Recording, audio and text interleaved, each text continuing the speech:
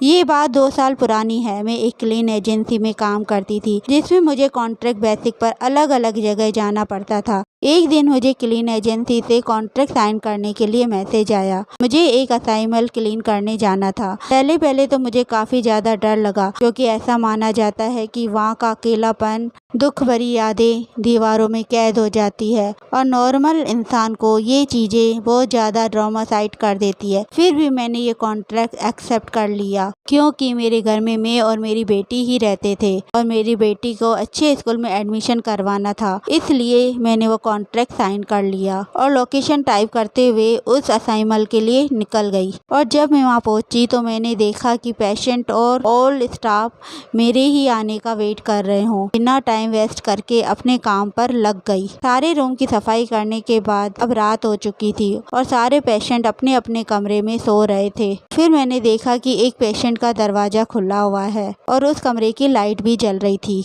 मैं पास गई तो मैंने देखा वहाँ कोई और भी मौजूद है। मैं थोड़ा डर गई, मगर मैंने सोचा कि कोई मुसीबत में है और मैं आगे बढ़ी। और जैसे ही मैंने रूम के अंदर देखा तो मैंने अपनी लाइफ में कभी ऐसा नज़ारा नहीं देखा। उस रूम में एक 7 फुट लंबा आदमी खड़ा था, जो एक नर्स को खा रहा था। ये देख मैं इतना ज़्यादा घबरा गई और मैं जल्दी से बाहर आ गई। एंड गॉड ग्रेस मैं अपनी लाइफ बचा पाई। मैं आज भी यही सोचती हूँ कि वह 7 फुट आदमी कौन था।